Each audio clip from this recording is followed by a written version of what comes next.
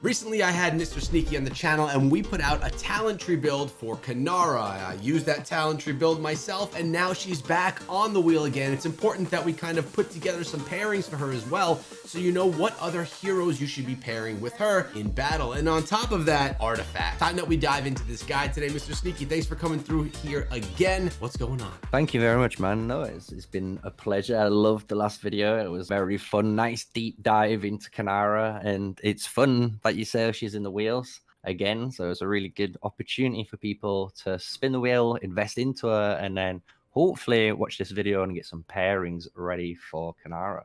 It sounds like a good idea to me. So why don't we just dive right into it and give us your first pairing? And I want pairings both for low spenders and free-to-play players, as well as pairings that may be for people that are willing to invest some cash in. Yeah, of course. So we'll go through the free-to-play / low spenders that are going to get access to Kinnara eventually and has some options in their arsenal. So the first one we're going to go through is Kinnara with Guan Win. This is a really good single target DPS pairing. It excels, obviously, raiding, which is a really fun part that people enjoy. Obviously, being in the top 5 DPS rankings does net you some extra gold keys. So this is a really good, very beginner-friendly and introductory pairing for Kinnara to go into. So most people will have a Guanwin in some sort of awakened state, or even at a 5-1-5-5 state would be just as good as well until you finish her off later on in the video or in the game, should I say.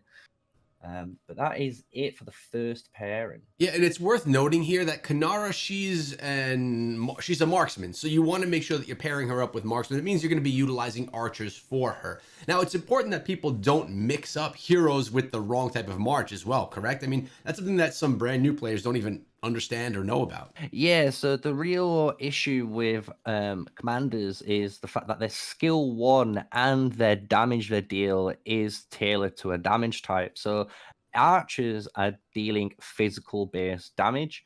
So if we look at Kinnara herself, we can see in brackets it always states physical damage factor. So any type of scaling that we're going for is always going to be physical damage based, as well as the march type is obviously marksman, like you said. And because we're having marksman units and only marksman units, we're going to be benefiting from all the skills that Kinnara has, as well as, for example, all the skills that we said with Guan Win.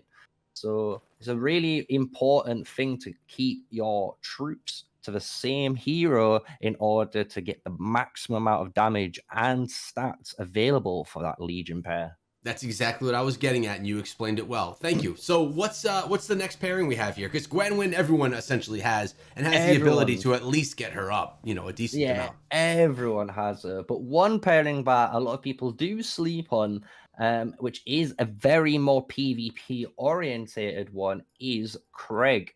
Craig is one of the only archer units, surprisingly, at the moment in the game, but once you have awakened him, does deal AoE damage. So for an archer march that's always excelling in single target DPS, when you're going to try an open field, you can now have a march behind Kinnara. So Craig's just going to be hidden behind us, so not many people are going to target you anyway. And it's going to allow you now to deal AoE damage to 2 nearby enemies for 800 damage, plus all those targets are also gaining a physical damage bleed. So that's additionally another 200 damage every second for 3 seconds. So that totals up in total to 600 damage. So for one skill, if you think about it, that's 1400 skill damage factor. And with Craig and Kinnara as a whole, you're going to get that nice 10% hero skill damage bonus. If you are obviously leaving combat, you get that 20% march speed. And these two stats here, you can also gain if you are Wilderberg, because you will not always will gain the 10% attack being any marksman in the game. But if you're the Wilderberg unit, your marksman can be the Wyvern Riders. And the Wyvern Riders can obviously be only flying units. And by being only flying units, you're going to gain that extra 10% defense on the march. So it becomes a very, very open field, competitive PvP introduction pairing again for low spenders and free-to-play players when they have Kinnara. I actually love this one. I like Craig going with it better than Gwen when actually because of that AoE damage. That's probably what I'm going to be doing. As I wouldn't call myself a low spender, but I just like that pairing for right now. But do you have stuff for people that are, going to be spending a bit more money inside of the game? Someone that's willing to open up the wallet and spend a few $100. Yeah, so you have the number one pairing in my eyes, and then we have an honorable mention. So the number one pairing is going to be Kinnara with Nico for obvious reasons. These two commanders honestly are perfect for one another. And the beauty of it is when you first have Nico, like my Nico is currently stronger than the Kinnara. So I would put Nico primary and then the Kinnara behind. However, when you do say, like you open the wallet and you swipe the card and you get the maxed Kinnara out, if you do expertise, the beautiful thing about this pairing is she becomes the primary commander, because the thing with Nico is when you have him expertise, if the target you're fighting already has a defense break, you're going to deal an additional skill damage. So it makes sense for Nico being primary first because he deals a defense break through his natural skill 1. But when you awaken that Kinnara, her normal attacks now give you that opportunity to have a defense break. So instead of waiting and waiting for the skill 1 to trigger, now your March can potentially start hitting this off from the get-go. It's a 1 in 5 chance it could trigger. And it's a really nice little trigger when it does go off, because then that Nico, when you do expertise him, is going to start firing off a bunch of damage from the get-go. And it's going to be an insane amount of single target DPS. No, So that is definitely the number one March. I love that. And let's keep in mind, that's the number one March if you can get that expertising done, which is far from free to play or extremely time consuming to get yourself there. But I will say far from free to play. So just to be perfectly clear, but that is obviously the ideal pairing. But you did mention that you had an honorable mention. I'm curious to hear what that is. Yeah, so the honorable mention is Kinnara with Hosk. And the funny thing is with Hosk is even a 5-1-1-1 Hosk with a Kinnara does enough of stats to make her a really powerful match in the open field, because again, when you put Hosk behind her, so he's always going to be the deputy when he's a 5-1-1-1-1 commander, in my opinion.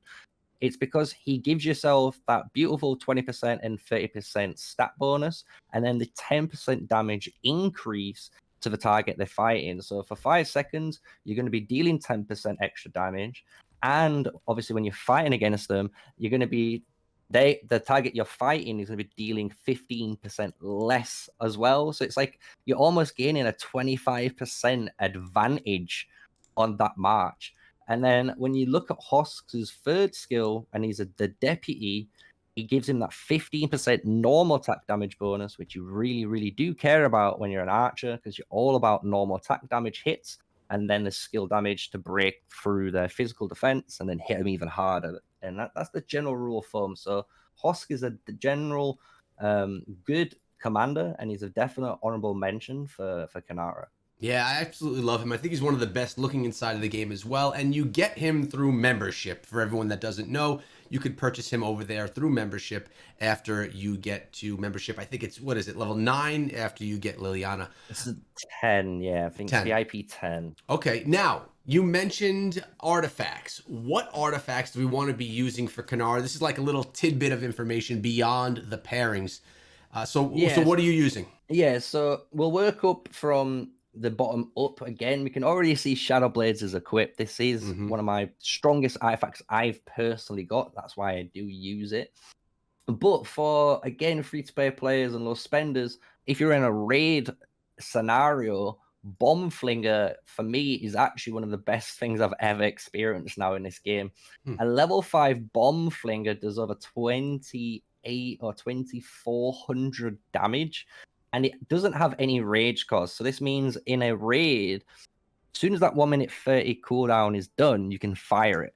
And that's really important for DPS, because it means you're pumping out as much as possible compared to a PvP artifact like Heart Piercer, which has a rage cost of over 1,200. So even though you've gone and you've got that CD of 1 minute 30 already done, you're gonna have to wait a little bit longer to generate that 1200 rage cost.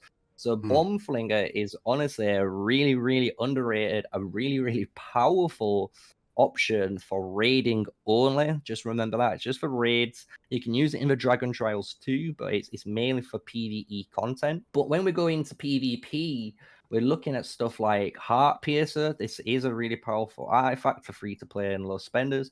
2000 damage factor is okay, but it's the fact that again we get a defense break chance on the artifact. So if there's someone that's got a bunch of stats and you're able to reduce them stats, especially by 15%, you're going to be able to punch through and hopefully kill them quicker. When we move up the rankings, you can see there's not much more in the epic tier, but when we go into the legendary tier, we do get a few more.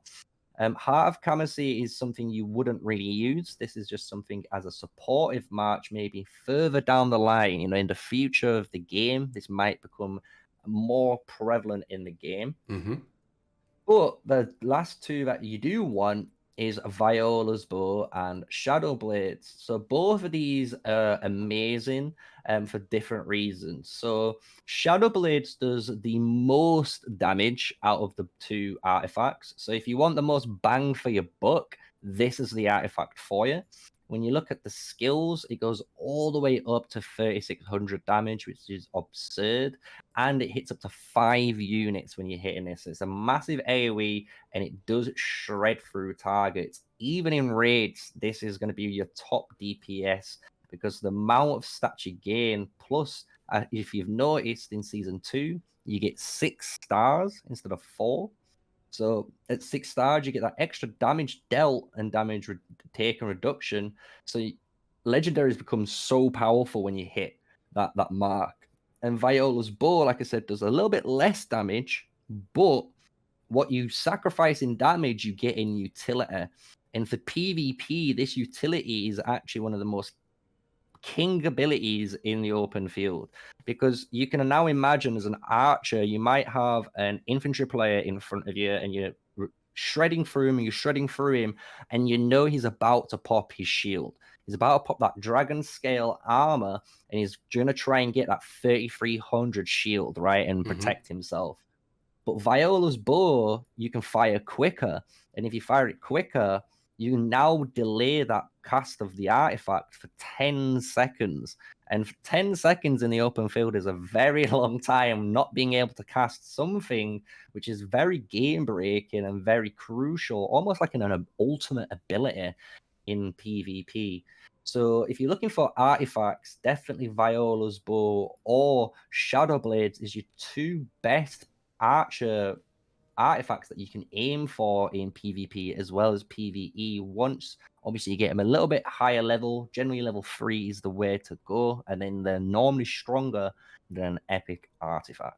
No, I love that. And this is the first time that we've been hearing something about not using Magic Bomb, right? I mean, obviously, we're looking at artifacts for archers. Magic Bomb, everyone's always talking about, but this was a really nice breakdown. We understand now a few pairings that we could use, as well as the artifacts that we could use as well to kind of enhance the build. Remember, we are working with archers here, which for me, I have primarily T4 mages right now. The archers are the second march that I'm going to be building up. So this is very helpful for me personally, as well as for the people watching, I'm sure. If you guys want to check out Mr. Sneaky, he's got his own YouTube channel called Mr. Sneaky or something like that. I'll be linking it down below in the description of the video. It'll be popping up on the screen as well. And either way, I appreciate you coming through and sharing your knowledge with the community again. And we have to do this again in the future with another hero. Yeah, anytime. Just give us a shout. And I'll be always in the comment section. So maybe the comments let us know what you want, and we'll hopefully cover that in the next hero guide, maybe. I love that idea. Why don't we do that? Next comments, we'll take a look, see what we should put a video out on, and we'll do that. That sounds fun. But I appreciate you coming through. Everybody that's watching the video, check out Mr. Sneaky. If you enjoy his stuff, make sure you subscribe to his channel, and don't forget to subscribe to this one as well for daily videos and live streams when things are happening. Have a great day, guys, and be good.